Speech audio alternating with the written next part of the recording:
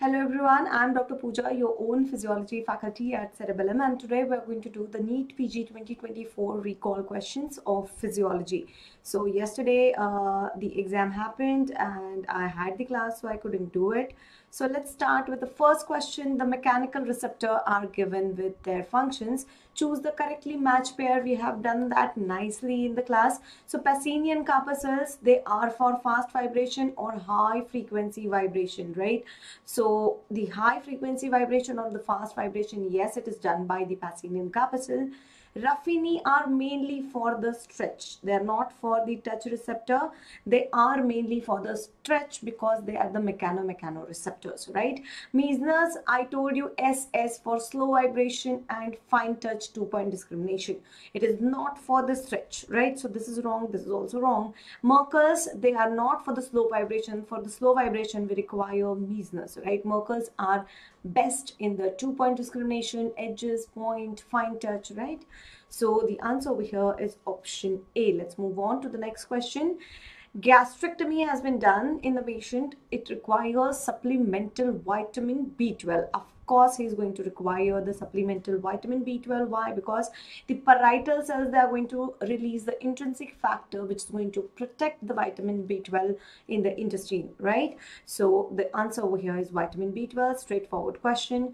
After a right limb amputation, the patient is experiencing severe pain. So please remember, it is the right limb amputation is there, and basically the case was of phantom limb. Some of the students says that the phantom limb was there, and some students said that there was no mentioned per se of the phantom limb, but in the case it was clearly visible that it is the case of phantom limb. What is the mechanism behind this? The projection of the adjacent fiber in the right. Please remember, when we are talking about the right limb, it is going to be projected in the left sensory cortex, right? So the right is going to be out of the options, right? We are not going to mark the right, at least because it's a right limb amputation, so opposite contralateral cortex is important. So projection of adjacent fiber to overlap the left sensory cortex, that's true. The area is not going to expand. Remember, the area is not going to expand if you are not using that particular part. Yes, the new synapses, new connections can be formed with the neighboring area, and that is nothing but the cortical plasticity. I told you the cortical plasticity is going to be there, right? So answer over here, the most appropriate answer over here is going to be option B. Let's move on to the next question. Identify the correct order of the end plate potential. End plate potential means the axon which is going to go towards the muscles, right? So the lower motor neuron, whatever the electrical changes are going to occur at the axon terminal, that will be called as end plate potential.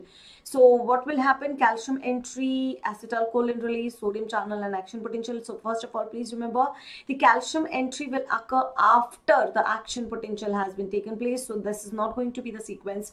The sodium channels are going to open first, right? That is going to lead to the depolarization, and depolarization, if you have given the adequate stimulus, will lead to action potential that will come towards the axon terminal, causes the calcium entry. And I told you two, you can say, the functions of the calcium, that is, if it is a muscle, it will cause the contraction. If not the muscle, it will cause the exocytosis. In this case, this will be the acetylcholine release, right, or exocytosis of the neurotransmitter, that is nothing but the acetylcholine.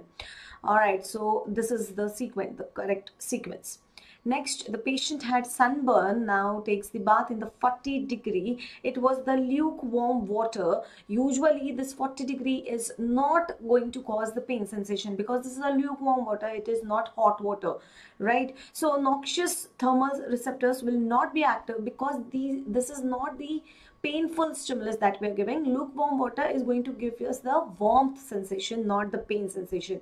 So innocuous means non-noxious stimuli or non-noxious receptor is going to get activated, and then the person is feeling the pain. It is not the hyperalgesia, it is going to be the allodynia. Why? Because the non-painful stimulus, that is the warmth temperature, that is producing the you can see the pain sensation. So that is going to be the answer over here, option B. All right, if the painful stimulus causes exaggerated pain, then that will be the hyperalgesia, but over here it is the non-painful stimulus which is going to cause the pain, so that is going to be the option B.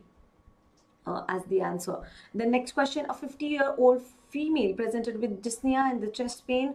Following proves that the aortic stenosis, then the aortic regurgitation. So the aortic stenosis is there, that means the pressure is going to be increased and the afterload is increased, and we have seen in the pressure volume graphs also, I told you A for A means aortic, whether that be the regurgitation or it is going to be the stenosis, the afterload will be increased and the graph will go upwards, right? The graph will shift upwards. So increase in the myocardial oxygen consumption is seen with the increased pressure work than volume. That's true, that's true. If there is regurgitation, the EDV will increase in the next cycle. Why? Because the regurgitant is going to come back into the ventricle, right? So EDV will increase, not the pressure in the regurgitation, right? So we have to prove that this is aortic stenosis. So definitely option A is correct. Aortic stenosis causes reduced pressure in the aortic wall. No, that's wrong. It is going to increase the pressure. Workload has nothing to do, of course it has to do with the oxygen consumption.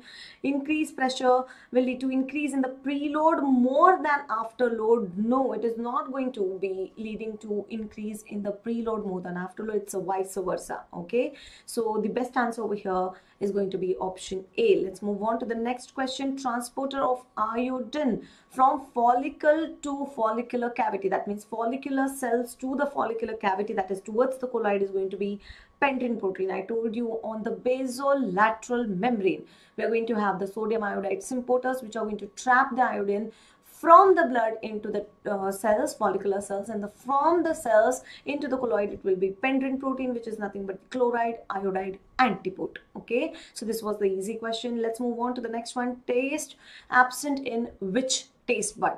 So please remember, folate yes, fungiform papilla yes, and the circumvallate, all of them, they are mainly for the taste sensation, but the filiform papilla, it is not for the special sensation, it carries all the general sensations.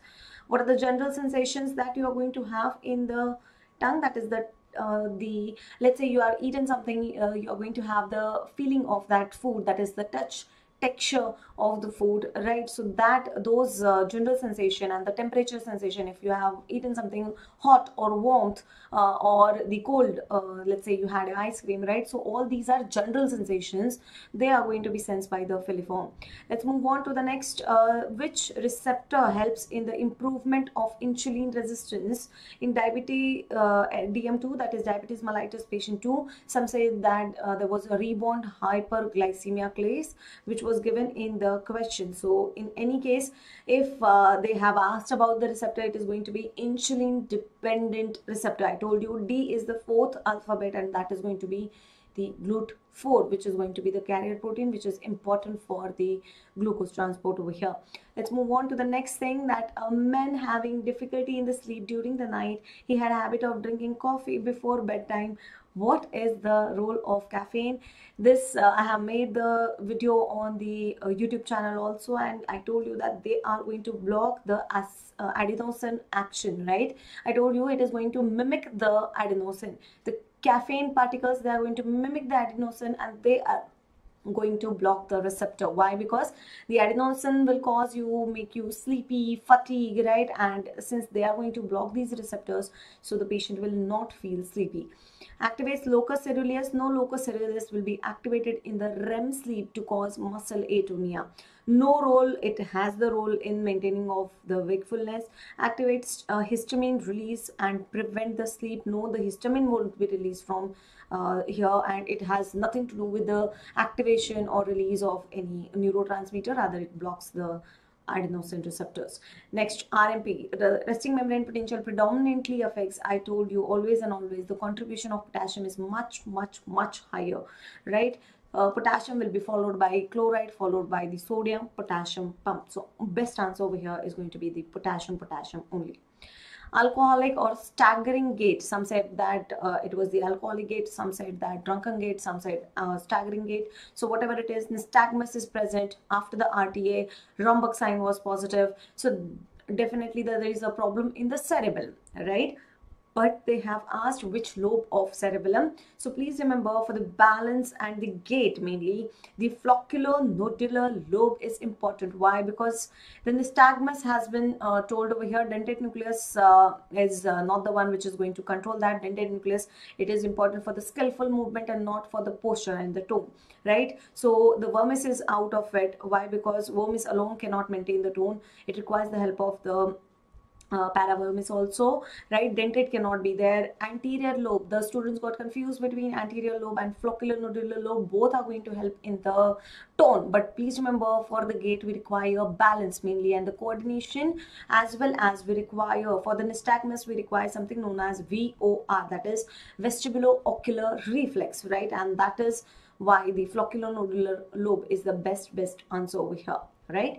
Let's move on to the next question. Sour taste is mediated by, I told you the mnemonic that sour and the salt, it has 4 alphabets in it, and whenever I talk about 4 alphabets, it is going to be inotropic, right? It cannot be metabotropic. Metabotropic means it is going to be acting through the GPCR protein. So please remember, GPCR is another name for the metabotropic. So it cannot be metabotropic, even if you don't know exactly which channel it is there. So please remember, it is going to be acting through the channel, mainly the ENaC channel, and ACIC channels are going to be helping us out. But sour taste sensation is because of that acid, citric acid or H+ ions that are going to generate the sour taste. And in the Genong, if you have read the Genong in your first year, so this is the H+ ion which is activating this TRPV1 channel or ACIC channel, which are important for the sensing of the H+ ion. So they are the ones,